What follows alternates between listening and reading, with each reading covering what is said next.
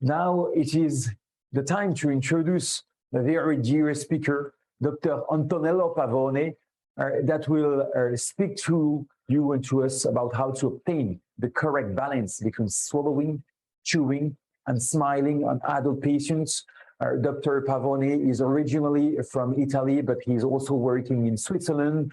He is speaking perfect French, and that's the language that we choose today to make you the lecture. We were discussing a lot because Antonello was making a lot of lectures about froggy mouth, all of them more interesting than the previous one. And I have to say that it's one of the speakers that was impressing the most my dad when he was seeing the little repetition, having such a functional view on a subject that usually people are putting on the side. The functional balance is something that is so important that it has to be noticed. I think that it is the future of all the prosthetic and aesthetic treatments to also take into consideration the functional part, to have a full rehabilitation and to be able to bring back a total, full, beautiful aesthetic.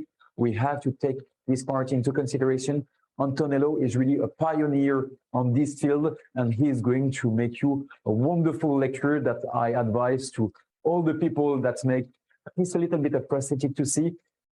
I have to say that I was seeing one of the clinical cases that was impressing me the most with a patient that I was really not believing in which order was the before and after, because really on the after, for me, this patient was 10 years younger by far, if it was not clear that it was the before and after like that. So Antonello, thank you so much to participate to those Froggy Days. I am now letting you share your PowerPoint and start your lecture. Antonello, c'est à toi, et en français. Thank you very much. Merci beaucoup, tout le monde. C'est tout en ordre, vous m'entendez? OK. Alors, bonjour à tous. C'est vraiment un grand plaisir et un honneur de faire partie de cet congrès, vraiment bien organisé par Guillaume.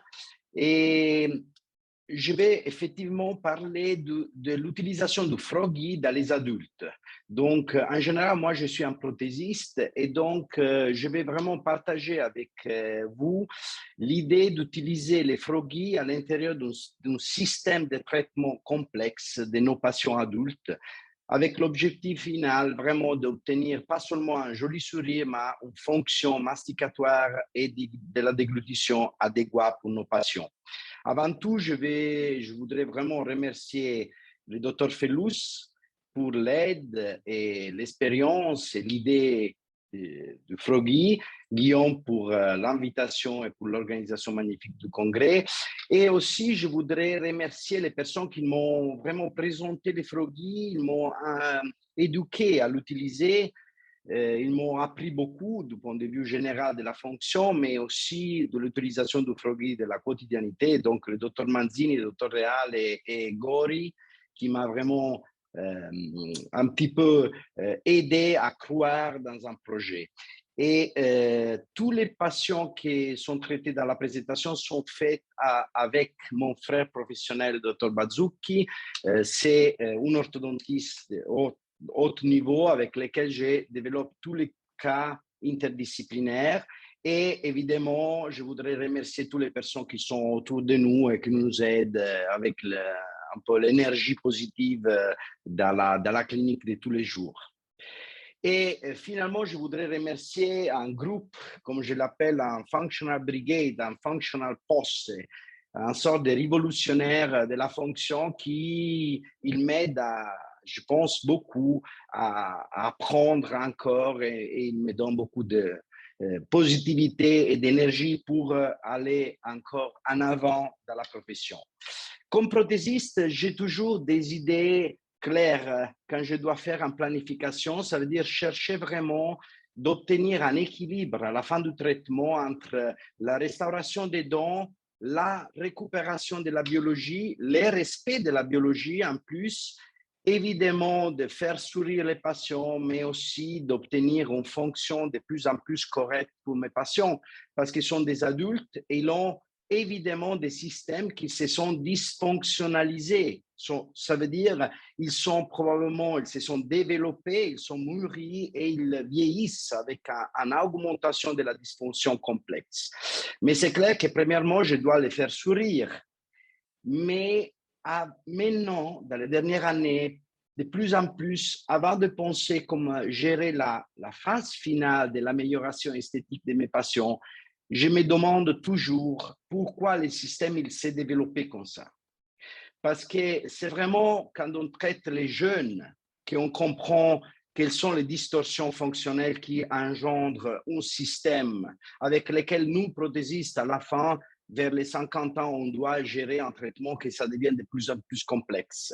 Donc, il y a des cas simples avec simplement un petit peu de dents encombrées, des dents usurées, mais on a de plus en plus des systèmes complexes avec des graves classe 3, des graves bites. Et donc, on doit évidemment chercher de les améliorer. On doit sûrement chercher de les faire sourire parce que les sourires, c'est quand même un wellness, un well-being, une force émotionnelle pour les patients très important.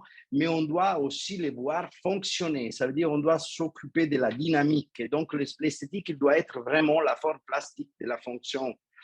Et alors, la première question qu'on se doit poser quand on traite les patients adultes, c'est qui et quand qui développe un tel système? C'est qui fait devenir les systèmes aussi, on peut dire, complexes? Et nous, on sait, cette phrase, je l'apprécie beaucoup de Dr. Fellous, on sait que c'est la génétique, que c'est la symphonie de base. Mais on sait que chaque symphonie doit être jouée par un orchestre. Et la musique finale, ça peut être totalement différent. Si l'orchestre il va jouer mal, la symphonie, ça va devenir absolument pas cohérent. Et donc, quel est l'orchestre? C'est évidemment la fonction, c'est évidemment ce qu'on fait depuis la naissance, à travers les années de développement et après quand on devient plus grand. Et donc, on doit connaître nos patients pour comprendre quelle est la fonction qui a développé une telle patient, une telle dysmorphie à l'âge de 40, 50 ans. Parce que quand on comprend ça, on comprend aussi pourquoi il y a une usure de telle mesure et pourquoi on a des dysmorphoses avec lesquelles on ne peut pas seulement les faire plus jolies, mais on doit comprendre comment ils fonctionnent au début et comment chercher de modifier ou s'intégrer dans cette distorsion de l'orchestre et les faire jouer dans le futur, on espère mieux. Et donc, on doit revenir à l'enfance. Et donc, on doit revenir à comprendre que les patients, ils doivent déglutir, ils doivent fonctionner en façon cyclique, équilibrée, bilatérale, continuativement pendant toute la vie. Et si ça, c'est pas le cas, effectivement, les systèmes, ça évolue mal. Parce que c'est 1,5 million d'années que le système il s'est organisé à travers une fonction équilibrée à devenir quelque chose de cohérent et d'idéal, on peut dire. Donc, ça fait depuis 1,5 million d'années que l'homme, à travers la singe jusqu'à maintenant, il est devenu quelque chose qu'on peut dire idéal ou quand même adéquat à fonctionner correctement. Et donc, on doit prendre les benchmarks, ça veut dire on doit prendre les prototypes de l'homme qui s'est développé phylogénétiquement correctement pour après essayer de comprendre quelle est la pathologie, quelle est la physiologie et comment gérer les changements de la pathologie et s'intégrer dans le système. Parce que le grand problème aujourd'hui, c'est le manque de fonctions ou les fonctions altérées. Donc, du point de vue masticatoire, c'est de plus en plus le manque de fonctions et du point de vue de la déglutition, de plus en plus de déglutition atypique ou infantile. Ça veut dire qu'il reste en sorte de souciant parce que le système, il n'est pas mûri, il n'y a pas eu une maturation fonctionnelle adéquate. Et donc, les deux choses, comme Dr. Fellous le dit clairement, ils sont strictement liés. Et donc, c'est clair que c'est la nutrition que dans les dernières 10 000 années, il a changé totalement la façon d'être. L'homme moderne, il souffre de l'hypofonction. Et donc, quand on prend des patients de 40 et 50 ans, la première chose qu'on doit chercher de comprendre, c'est déjà de modifier les fonctions primaires du système, du viscérocranium, essayer d'aider le système à avoir une nouvelle fonction, soit à travers la déglutition changée, par exemple avec les froggies, et soit la mastication en cherchant de changer les la capacité des maxillaires de s'intégrer dans la dynamique et pas seulement dans la statique. Donc, qu'est-ce qu'on a à faire aujourd'hui comme prothésiste dans une quantité d'adultes qui ont l'accumulation de l'épidémie des contractions des maxillaires. Cette épidémie est due à un changement de la nutrition, un changement des habitudes, et cette typologie d'embouche, il arrive à l'âge adulte. Et souvent, nous, on arrive à cause de l'hypofonction à perdre des dents, à devoir les intégrer et les refaire manger. Et on sait que les différentes fonctions sont ensemble coordonnées. Ça veut dire si on change une fonction, on doit chercher de changer aussi les autres et fort probablement ils sont intégrés un à l'autre. Et donc, pour éviter l'effet domino qu'il a déterminé une modification dysmorphique du système, on doit faire une marche en arrière. On doit recréer un domino en arrière, ça veut dire en cherchant de recommencer avec une déglutition correcte et après une mastication correcte. Et donc, c'est clair que toutes les habitudes de l'enfance ont déterminé une modification du système. De plus en plus, les enfants sucent pas les laits maternels, de plus en plus s'habituent à des habitudes inadéquates et on a la déglutition atypique qui reste fixe dans les systèmes. Donc, combien c'est important la langue pour un prothésiste comme moi? Jusqu'à quelques années en arrière, ce n'était pas important, c'est clair. Au moins de créer des problèmes aux mes patients quand avec les prothèses, il y avait pas de problème à mâcher dessus, ou la phonation, etc., etc. Mais la langue, ça fait partie du viscérocranium, que c'est un système, comme il dit le docteur Agabiti, c'est un iceberg où on voit seulement la pointe. Parce que c'est 70 muscles, 5 paires de nerfs crâniens, nerfs spinal. Donc, c'est un système très complexe et c'est pas une chose casuelle que la phylogenèse il aille prévu autant d'efforts neurologiques pour surveiller les fonctions principales. Et la langue, c'est un organe très petit qui a 17 muscles, 5 nerfs crâniens, nerfs spinal et il est tiré des dents dans les fonctions plus importantes de l'homme depuis la naissance jusqu'à la vieillesse. Donc, on doit prendre conscience que la langue, il doit être gérée. La cortex, il est occupé aux 3/4 des habiletés principales de l'homme. La manualité, la phonation, l'utilisation de la langue, le viscérocranium dans son entièreté. Donc, ça veut dire que la cortex, il a développé une capacité de gérer l'importance de tout ce système du viscérocranium. Et donc, quelle est la physiologie adéquate pour un système pour se développer en façon cohérente? La langue, il doit être en position de repos collé sur les palais. Il doit rester là pendant la plupart du temps. Et quand on avale, il doit pousser sur les palais. Ça, c'est très simple. Et il y a des auteurs depuis le début du siècle passé qui ont commencé à souligner l'importance de gérer la langue et d'utiliser la langue aussi comme orthodontiste à faveur du juste développement des jeunes. Et on sait que les 30%, et moi j'ai trouvé beaucoup plus aussi, des pourcentages de la population gardent aujourd'hui, à cause de l'épidémie de la shrinkage maxillaire, de le changement de la nutrition et des habitudes de l'enfance, encore la langue en dynamique et en statique altérée. Et quand on a une dynamique et une statique altérée, on a souvent l'explication de la plupart des dysmorphoses du viscérocranium, du simple encombrement des dents jusqu'aux classes 3, aux deep bites, aux open bites, etc. Et ce n'est pas nous qu'on a dit ça. Ça fait longtemps que tout ça s'est déjà dit, mais de temps en temps, on l'oublie. Et par exemple, ces cas-là, c'est un cas à nous que même si on avait la conscience de l'importance de la langue, ces cas-là, c'est de 2005, on a traité les patients, on a essayé de gérer le système du point de vue structurel, on a essayé d'améliorer cette position, cette crossbite, cette flaring antérieure, ce diastème, avec un traitement avec des alignateurs On a cherché de modifier l'engrainement et la cohérence. On a demandé aux patients de faire de la logopédie. Malheureusement, la plupart des traitements de la langue qu'on faisait à l'époque, ce n'était pas suffisant à garder dans le temps les problèmes. Et on a à la fin on a obtenu un joli résultat final avec l'orthodontie. On devait terminer la partie du crossbite après la pose de l'implant dans le cadran 4. La partie antérieure, moi, je l'ai gérée du point de vue prothétique en ajoutant des facettes avec respect de la biologie, ça veut dire avec un minimal prep. Ça, c'était le ressourire final. Et c'est clair que les résultats, il y avait un sort d'excellence esthétique finale. Mais on a respecté la biologie, on a récupéré la structure, on a amélioré l'esthétique du patient, mais on va voir qu'est-ce qui se passe quand la fonction n'est pas tenue en compte dans le temps et dans la planification initiale. La patient, il était très content, mais on va regarder qu'est-ce qui se passe dans le temps.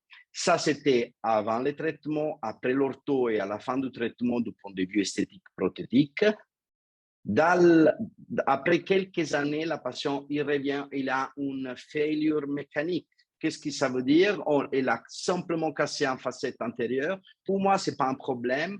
Je prends rapidement une empreinte, je fixe les problèmes avec un petit chip en céramique et la patient elle est de nouveau contente de soi. À 9 ans, je refais un contrôle. Après, la patiente va disparaître et je la revois après 11 ans. Elle avait arrêté de venir au cabinet parce qu'il était allé à vivre à Naples.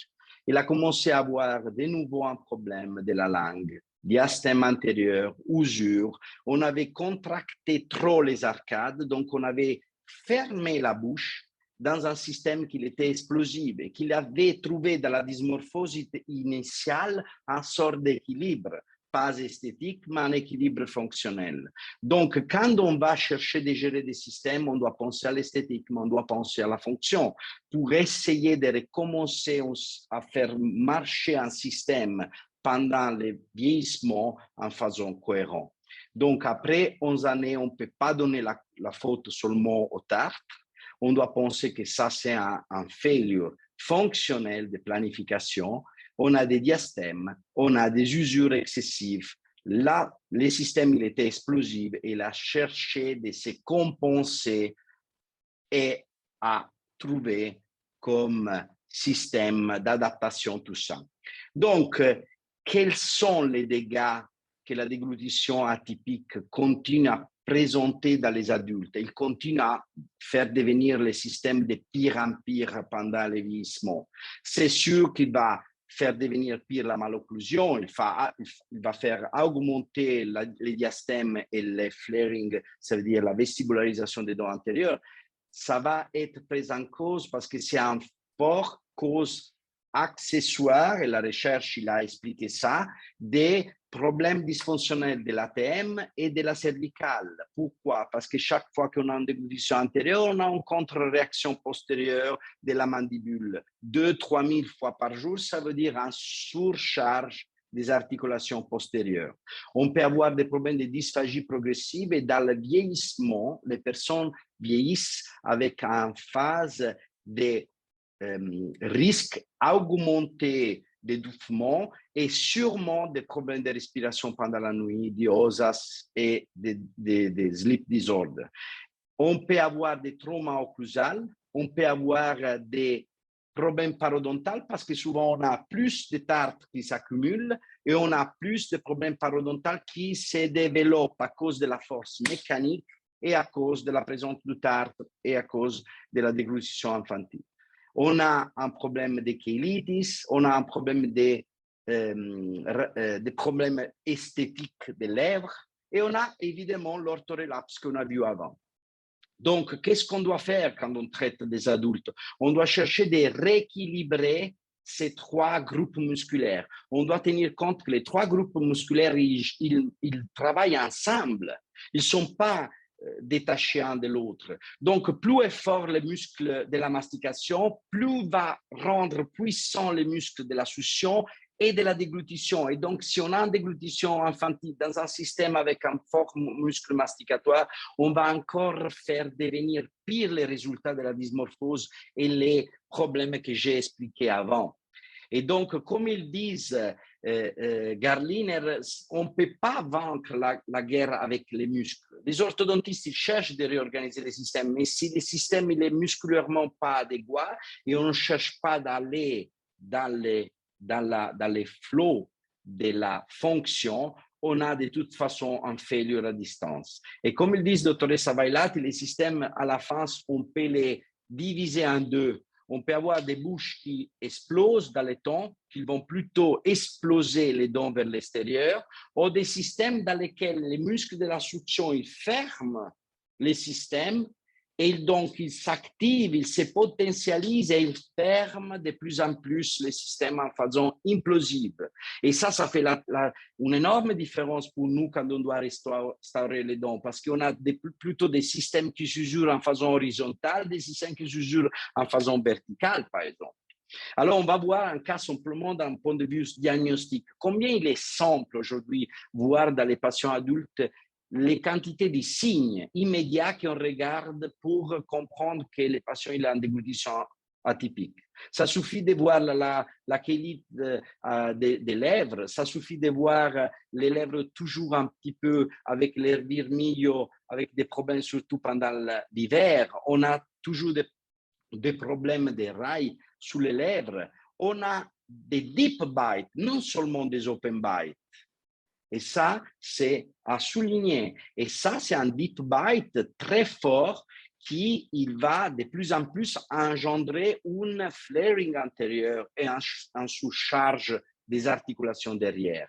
Donc, en plus, la patiente a commencé à manger à droite et donc il a même un problème de transversal, de mastication à droite. Donc, cette deep bite, il va créer un gingival impingement. Et cette gingival impingement, il est préservé un petit peu par la patient parce que qu'est-ce qu'il fait la patient? Il préfère évidemment se mettre en appui antérieur, donc se bloquer sous les dents antérieures et soutenir la deep bite avec la langue. Parce que la langue, c'est un organe qui aide la mastication et le système dysmorphique à maintenir un certain équilibre. Donc, si on ne change pas les systèmes structurels, on ne peut pas de toute façon seulement changer la langue et vice-versa. Si on ne réduit pas la langue, on n'arrivera pas à garder un juste système restauré par l'approche interdisciplinaire. Et donc, ça, à gauche, c'est la rest position et à droite, c'est la déglutition pendant la phase extrême de la déglutition de la patiente. Évidemment, il y a normalement associé des problèmes de parodontose, de parodontite, et on va écouter la patiente.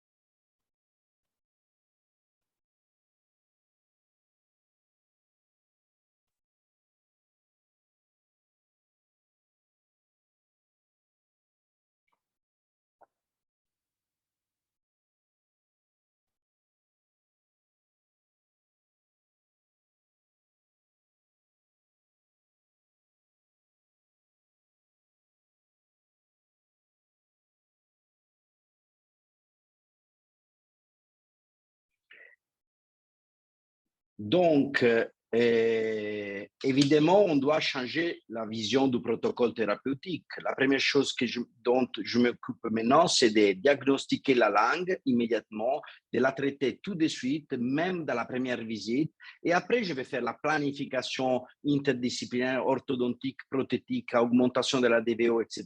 Pourquoi? Parce que je vais tout de suite commencer à recréer une aptitude neuromusculaire différente dans les systèmes. Et la chose plus simple, c'est de commencer avec la langue, de motiver les patients à comprendre ça.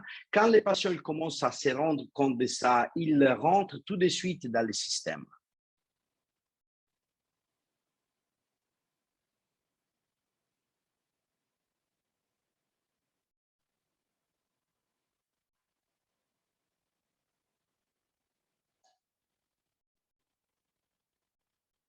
Donc, on utilise immédiatement le Froggy pour motiver les patients. On commence à utiliser la neuroplasticité pour la langue, qu'on utiliserait les mêmes concepts aussi avec l'échange de mastication, on verra après, pour récupérer aussi la mastication, parce que c'est toujours un concept de neuroplasticité. Comme Fellus il a nous démontré que la langue il peut récupérer à travers la neuroplasticité, c'est ce qu'on utilise tous les jours pour l'adaptation du système, parce que la mastication et la langue, ils s'adaptent à un système grâce à la cortex, à la neuroplasticité du système. Autrement, on comprendra pourquoi on ne comprendra jamais pourquoi les systèmes même les plus assurés, ils ont quand même la capacité de se réorganiser chaque fois, soit après le dentiste ou soit après les beds oral.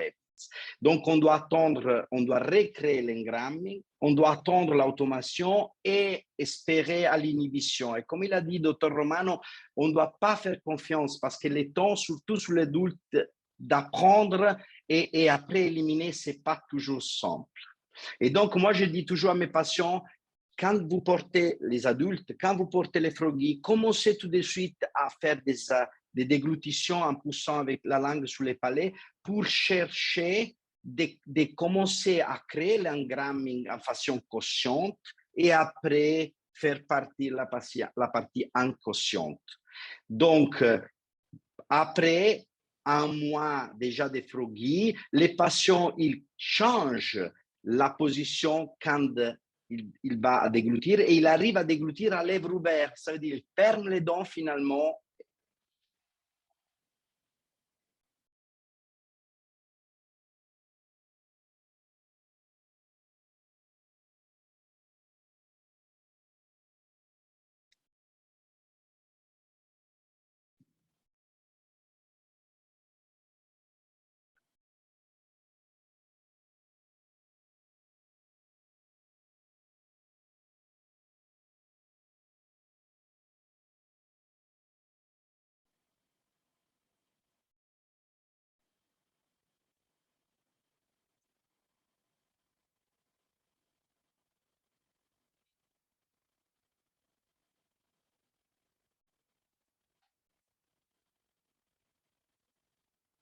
Donc, qu'est-ce qui se passe? Les patients, ils commencent à entrer dans les plans de traitement. Donc, ils commencent une motivation qui probablement chez l'adulte, c'est peut-être un peu plus simple que chez l'enfant.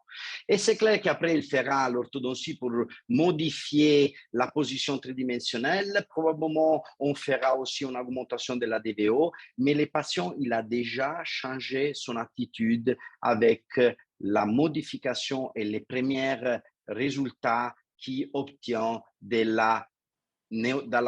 l'aspect neuromusculaire et du changement de la fonction. Donc, on va voir un cas du point de vue thérapeutique qui est très similaire à l'autre, même avec certains différents. Pourquoi? Parce qu'on va regarder Luigi. Il va venir chez moi pour améliorer l'esthétique, mais toujours, comme je disais au début, on se doit demander pourquoi il est devenu comme ça. Qu'est-ce qui s'est passé depuis la naissance à travers le développement et la croissance jusqu'à l'âge adulte? Pourquoi quand il ferme la bouche, il est comme ça? Pourquoi lui, il a développé une dysmorphose différente de Sabina et différente de tous les autres, mais avec des caractéristiques comme ça? On doit trouver qui a sculpté en façon dysmorphique ce système. Et toujours la langue. Ça, je n'ai pas fait la photo au début, comme j'ai fait sur Sabina, c'est la langue qui garde cette bite. C'est la langue et l'hypofonction du système tel qu'il a créé un pire développement du système parodontal. C'est clair qu'il y a aussi la partie biologique des bactéries, mais moi je crois que la partie de l'hypofonction du système, c'est encore plus important dans des dimensions extrêmes comme celui-là. Donc les patients viennent chez nous pour améliorer l'esthétique, mais on doit de toute façon chercher d'introduire de nouveaux systèmes structurels et fonctionnels. Donc, dans la première visite, on fait toujours une analyse esthétique pour motiver les patients, parce que c'est le primum movens. Après, on va tout de suite aujourd'hui faire une analyse de la langue, coordonner avec les patients l'importance de la langue, faire une analyse de l'articulation et de la dysfonction masticatoire. Après, voir quelle est la dysmorphose, ça veut dire l'incohérence interarcade, les possibles modifications des plans d'occlusion, les shifting transversales comme Planas il nous a enseigné, évidemment, radiographie et photo. Et déjà dans la phase diagnostic interdisciplinaire, après la première visite, moi je demanderai d'aller plus en profondeur avec des autres visites, avec mon partenaire Andrea pour l'orthodontie, la partie gnatologique, on va faire des autres tests, on va prendre les G-tests, on va faire les Zebris et analyser les systèmes parce que ce sont des patients complexes. Donc, on ne peut pas simplement faire une première visite quelconque. Dans la première visite, il faut prendre les patients et avec la motivation esthétique et souvent avec la déglutition aussi, j'arrive à prendre les patients et les motiver pour la suite. Donc, à droite, vous voyez les vidéos que j'ai fait de la première visite, ça veut dire du changement esthétique dans un autre patient. Les résultats que lui, il va voir dans la première visite, c'est un design esthétique, mais aussi fonctionnel, pour lui faire comprendre que les dents, ils doivent se modifier dans la région antérieure, mais ils doivent avoir un autre soutien postérieur parce qu'il a perdu à cause de la sortie de la dent de sagesse derrière. Donc, on va expliquer à Luigi qu'on va faire une modification tridimensionnelle des dents avec l'orthodontie et après l'ortho, on va améliorer la partie restaurative. Donc, il doit toujours faire tous les grands cas complexes, un traitement parodontal, il doit éliminer les dents qui ont un pronostic négatif, ils doivent rééquilibrer la langue tout de suite. Donc, il fera un changement de la position tridimensionnelle des dents. Donc, c'est un protocole clair. Paro, neuromusculaire avec les froggies ou en bite si c'est nécessaire au début. On change la cohérence interarcade de la position des dents avec l'orthodontie, toujours pour améliorer les résultats que je peux faire. On utilise cette période de traitement pour faire toute la partie de régénération osseuse et des implants derrière. Ça, c'est la première phase orthodontique terminée. Donc, on a déjà amélioré la relation antérieure. On va chercher d'améliorer un petit peu avec des composites directs temporaires et on fait, comptant les patients qui devaient célébrer ses 60 ans, on fait un refinement orthodontique. Comme ça, on peut améliorer encore pendant, de toute façon, la guérison de l'os parce qu'il a fait des sinus lifts, des augmentations verticales inférieures et il doit poser des implants. Quand tout c'est prêt, on va s'occuper de la réhabilitation postérieure, que c'est fondamental. Il faut soutenir la bouche et on va regarder qu'est-ce qui se passe. Quand on fait les combines pour les implants, on se rend compte que les dents ils doivent rester à l'intérieur de le bon housing. C'est clair qu'aujourd'hui, on a la possibilité de faire la planification avant. Après, j'ai quelques doutes si ça c'est cohérent, mais on verra. Moi aussi, parce que moi, je suis douteuse comme San Tommaso. On va de toute façon contrôler que le bon housing soit correct. On va faire des facettes les plus claires du monde parce que Luigi, il est un personnage qui fait un peu des spectacles à Rome. Il est assez connu ici. Et donc, il a voulu des dents les plus blancs possibles. On a corrigé les résultats finaux. On a un soutien et on a cherché d'obtenir une stabilité postérieure, une cohérence interarcade et des arcades à forme de U qui donne à Luigi la possibilité de mâcher correctement. On a libéré la construction antérieure, chose qu'on n'avait pas fait sous Lucia. On a donné des discussions en avancement, des petite discussion verticale, on a cherché d'obtenir une discussion, une mastication alternée. Et comme on a appris des messieurs légaux, personnes incroyables que j'ai eu l'occasion de connaître avant la mort, on a appris à voir manger les patients. Ça veut dire comprendre si on arrive à avoir une récupération des cycles masticatoires avec les GTS comme le docteur Savailati nous a proposé pour voir les systèmes plus extrêmes de mastication, mais aussi avec les produits plus durs auxquels les patients se doivent habituer pour ne pas perdre la fonction qu'ils ont récupérée et donner aux implants et aux dents une résistance parodontale à long terme.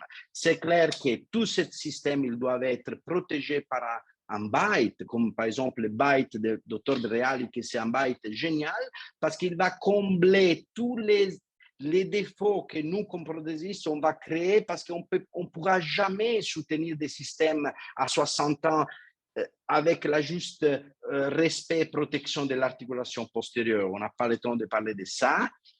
On va continuer toujours avec les froggies parce que moi, je crois, comme il a dit Dr. Romano, qu'il faut de toute façon insister, pas perdre l'habitude. On a obtenu, selon moi, un joli résultat final, même si un peu extrême du point de vue esthétique. On doit contrôler les discussions et la mastication. On a récupéré une situation un peu extrême antérieure, donc on doit faire attention que le système soit à long terme correct. On contrôle dans le temps aussi les fonctions masticatoires grâce au bite pour chercher de faire en sorte que on doit surveiller les patients, on doit contrôler la déglutition et les fonctions, les dynamiques, etc., pour aller à restaurer éventuellement des erreurs de considération, parce qu'on est en train de changer des systèmes énormes. Et donc, on n'est pas sûr, même si on a les meilleurs articulateurs du monde, on ne pourra jamais savoir comment le système il va répondre au changement de la mastication. Donc,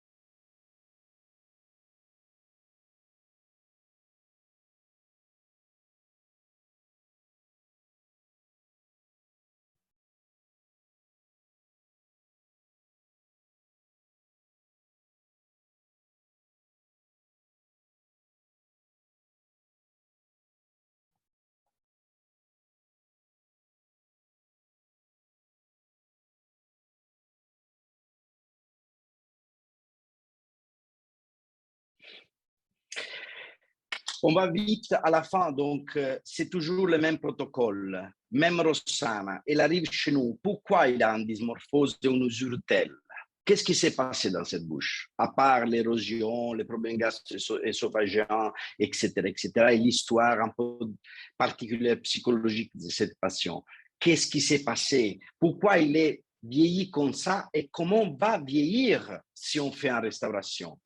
Et quel est le rôle de la langue chez Rossana dans le développement d'un système pareil de type explosif et dans qu'est-ce que ça arrivera dans le futur du traitement?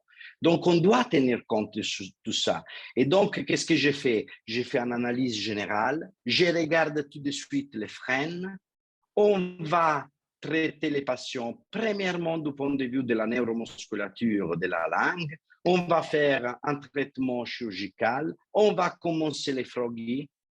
On va changer la langue depuis le début du traitement. On va s'occuper d'étudier comment restaurer les systèmes en façon biologique.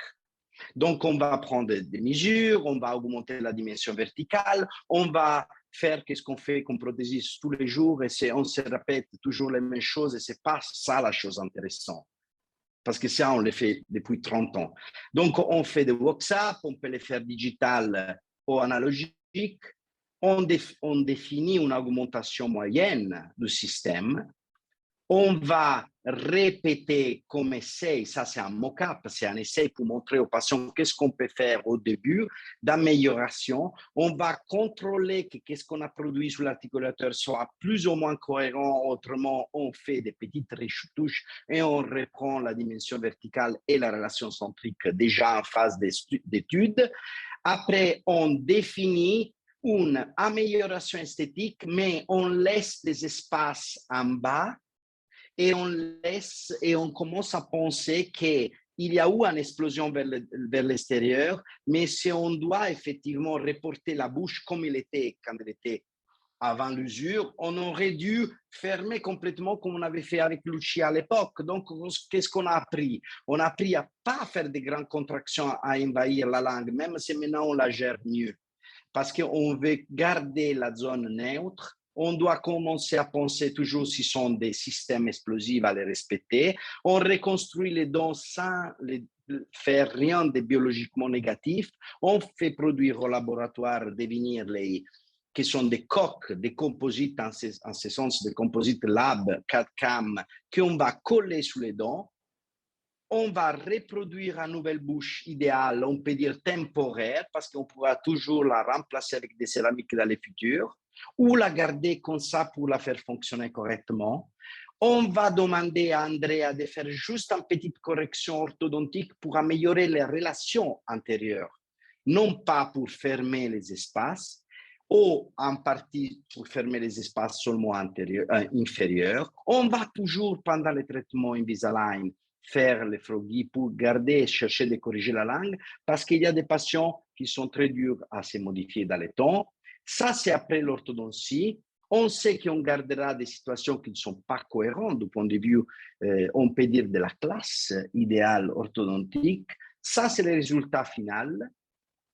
Mais maintenant, on va voir, elle arrive à avoir des justes fonctions disclusives, des justes fonctions de mastication. Elle va regarder faire déjà des cycles masticatoires. On est au début, après l'orthodontie.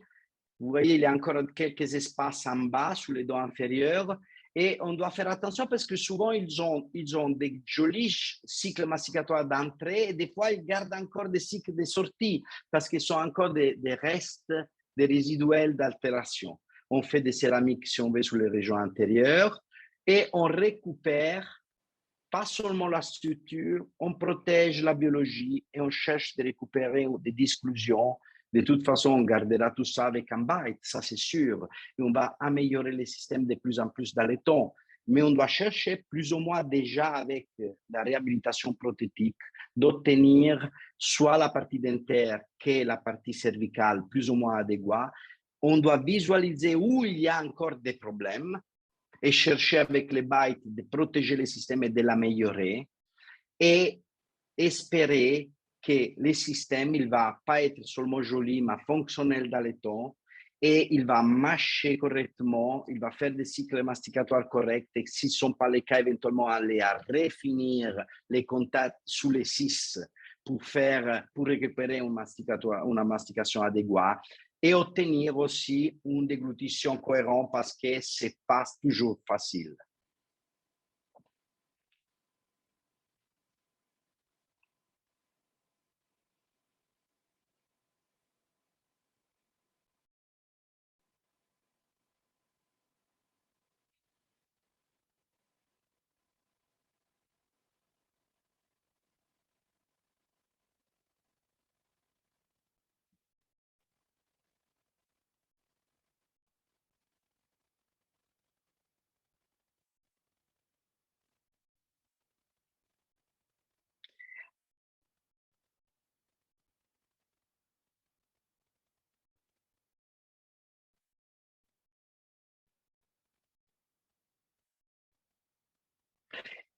Il n'est pas complètement éliminé, la déglutition avec les faciales. Mais c'est pour ça qu'il faut garder. Donc, les bites, l'ostéopathie et les froggies, pour moi, sont des systèmes aussi de maintenance over time. Ça veut dire qu'il faut essayer de comprendre que ce sont des systèmes complexes dont on n'est pas sûr quand on rentre avec la prothèse de tout résoudre. C'est pour ça que souvent les bites, c'est la juste solution à tout. Mais on doit essayer de faire sourire les patients et essayer de combattre la langue, la déglutition, essayer de produire un juste mimique et contrôler la phonation comme Dr. Felus nous a correctement enseigné.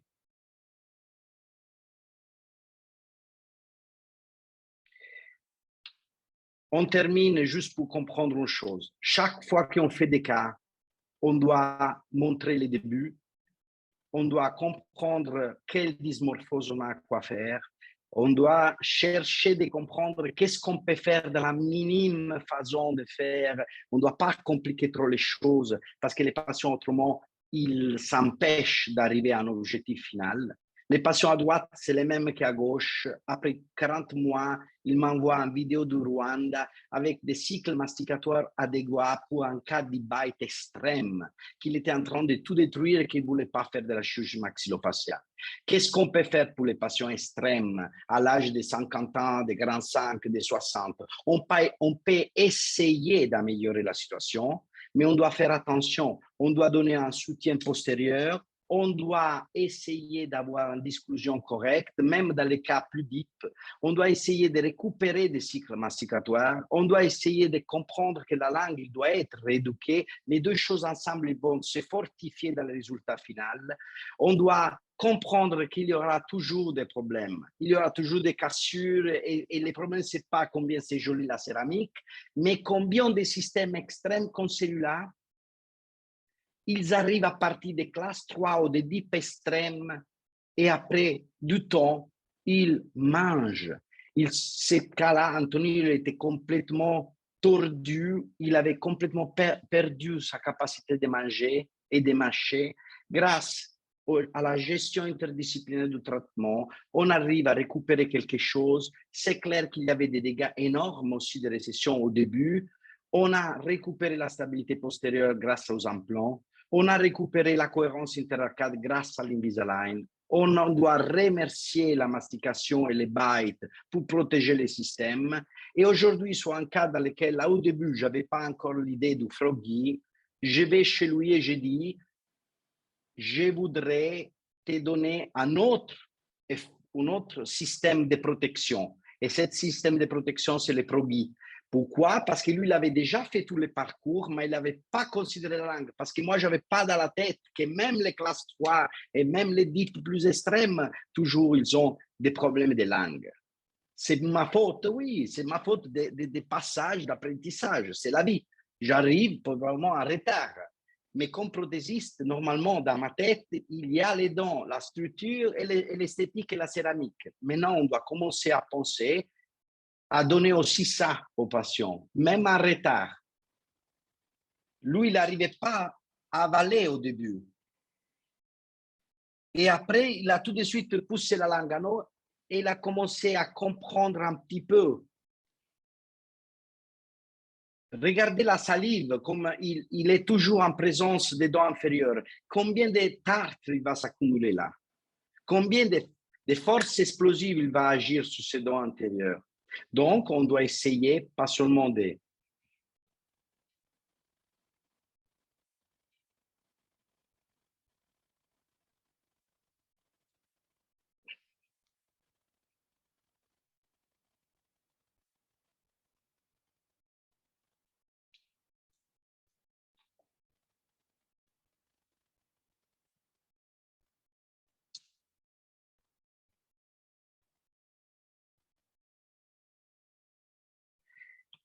Et alors, je conclue, j'espère, en horaire. Pour moi, c'est comme prothésiste, le message que je vais donner, c'est merci de comprendre l'efficacité, la problématique de la langue, d'avoir un outil qu'on peut utiliser dans la quotidienneté en façon très simple. Je vais réhabiliter l'esthétique, je vais réhabiliter la fonction, je vais donner un joli sourire à mes patients, je vais restaurer et protéger la biologie. Il n'y a pas une dominance.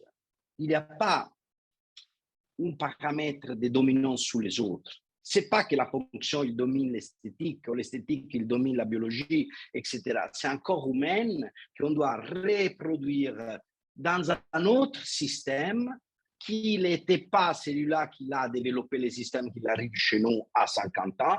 Et donc, on doit essayer d'explorer toutes les possibilités possibles. Et Dr. Fellous, il a nous donné un outil très simple, mais très efficace, parce que depuis des années de logopédie, etc., aujourd'hui, je commence à voir, même seulement en façon consciente des fois, que mes patients commencent à comprendre qu'il y a des choses qu'il faut faire attention dans le temps et que c'est pas quelque chose, c'est pas une machine qu'on met dans la bouche des patients et il n'y aura jamais de problèmes, mais au contraire, il faut commencer à prévoir déjà dans la planification où seront les parties faibles du système et faire compétence. Le patient doit avoir compétence et respect de soi-même pour pouvoir respecter notre travail à distance et les failures qu'on aura, ils doivent être déjà sur la table, condivisés par les patients parce qu'ils sont des systèmes artificiels et nous, on ne peut pas être aussi arrogant de penser de mettre des dents dans la bouche, être sûr qu'ils vont mâcher, ils vont déglutir, ils vont survivre, ils ne vont jamais avoir de problèmes, etc.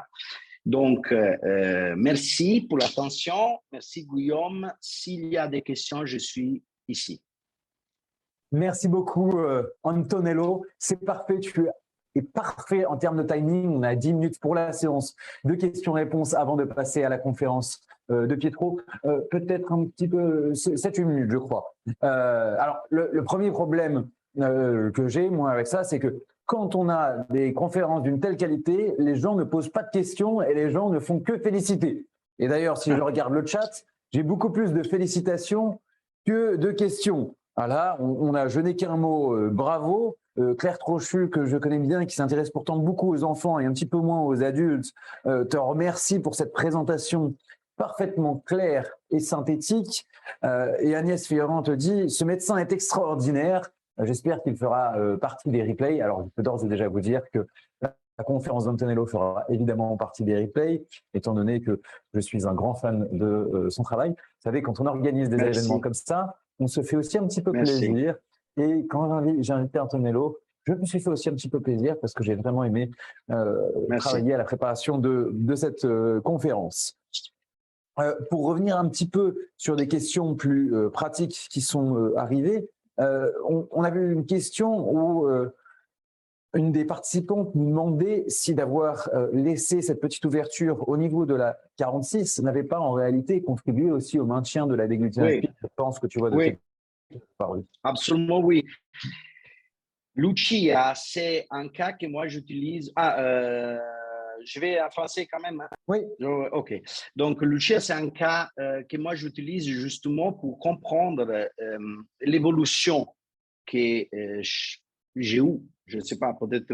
On n'est pas déjà avec toutes les compétences. C'est le contraire. La chose intéressante, c'est d'augmenter les compétences. Donc, par exemple, le Dr. Fellous, il a nous donné un gift. Il a nous donné la possibilité d'avoir une nouvelle capacité de traitement. Donc, pour revenir à Lucia, oui, parce que si on a contracté l'arcade excessivement pour récupérer tous les diastèmes, à l'époque, je n'avais pas encore dans la tête, moi j'écris des articles sur l'alter passive eruption. Pourquoi? Parce qu'il avait une éruption altérée des antérieurs, donc les dents étaient petits. J'ai écrit l'article dans les 2016, donc j'ai fait toutes les études sur la relation, vous pouvez les trouver sur Internet, sur le Gamma Smile et la Shortus Syndrome, dans lesquels j'explique qu'on peut allonger les dents. Pourquoi j'ai dit ça? Parce qu'aujourd'hui, sur Lucia, j'aurais laissé la bouche légèrement un peu plus relaxée, moins contractée, j'aurais allongé les dents antérieures pour récupérer un rapport à hauteur, largeur, esthétiquement cohérent pour mes facettes finales. J'aurais mis tout de suite, et ça c'est un manque parce qu'elle n'a jamais mis l'implant, donc on n'a pas récupéré une mastication bilatérale alternale sur la dent la plus importante, ça veut dire sur la 6. Et donc aujourd'hui, je sais où j'ai fait des erreurs, des participation du patient au résultat final, des visions esthétiques, etc. etc. Et donc, aujourd'hui, je peux dire que Lucia, c'était un de mes cas les plus jolis à voir parce qu'avec un sourire très simple, avec 6 facettes et un peu d'Invisalign, il avait changé sa vie, parce qu'honnêtement, il avait changé sa vie sans chirurgie plastique. Il avait même un nez important, en classe 3, visible, etc. Mais avec un sourire, il était devenu un joli fille, on peut dire, un fille cohérent, mais j'avais laissé beaucoup de problèmes. C'est pour ça que j'ai souligné à la fin. Il faut essayer de traiter ces passions-là, parce qu'on ne peut pas s'empêcher d'essayer à faire ça. Autrement, on laisse des personnes adultes toujours parce qu'il y a où la nature, etc. Moi, je vais combattre la nature pour donner aux patients quelque chose d'amélioratif. Mais j'ai dit, faites attention et on doit utiliser les plutôt comme les bites du Dr. Real, il a changé ma vie parce que ça nous donne des fail-safe, des protections générale du système que nous, on va modifier en façon incroyable. Mais d'ailleurs, attention, on ne peut pas non pas faire les choses trop complexes. Parce que si on doit, chaque fois qu'on fait une réhabilitation de ces personnes-là, faire 2000 diagnostics très complexes, faire des 2000 céphalométries incroyables et après voir pas de cas finis et voir pas de cas à distance qui mangent, etc., c'est aussi ça un excès de diagnostics et des complications des plans de traitement. Et donc, on doit s'équilibrer, selon moi.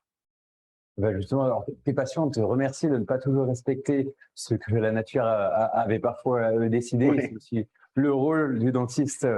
Un jour ou l'autre, quelqu'un va m'enlever le permis de conduire, mais jusqu'à là, je vais essayer de faire quelque chose de joli et de contrôler mes erreurs dans le temps parce que c'est que on n'est pas, je dis toujours en italien, je ne sais pas en français, guaritore.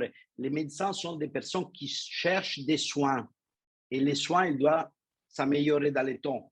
On n'est pas des personnes. On a beaucoup de questions, donc on va là essayer de les faire assez rapidement en rafale pour finir. Tu vas, je pense, nous mettre sur Facebook l'article dont tu viens de nous parler pour que tout le monde puisse y avoir accès. Beaucoup de personnes nous disent qu'ils pensaient qu'il était impossible de faire bouger un implant avec des aligneurs.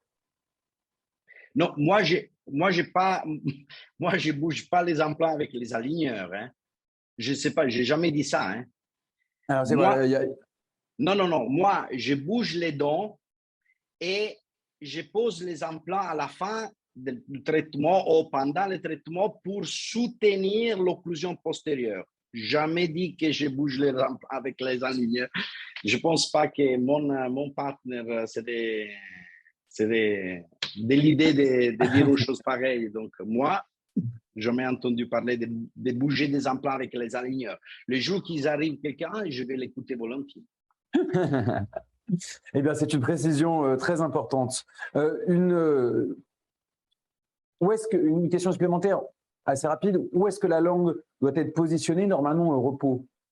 Au repos, moi je dis toujours, il faut toujours être collé sur les palais.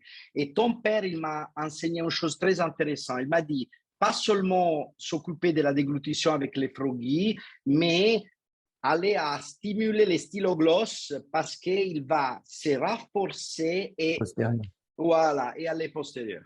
Bien sûr. Alors, j'ai d'ailleurs une petite astuce que une bonne amie qui parlera plus tard, Aline, donne à ses patients pour retenir ça. C'est la langue est une princesse, sa place, c'est donc au palais. Allez, voilà, ok. Dernière question avant de passer à Pietro Monzini. L'augmentation de la dimension verticale occlusale tient-elle également compte de la dimension verticale intra-articulaire, excuse-moi, uniquement en évaluant la fonction ou également du point de vue de l'imagerie?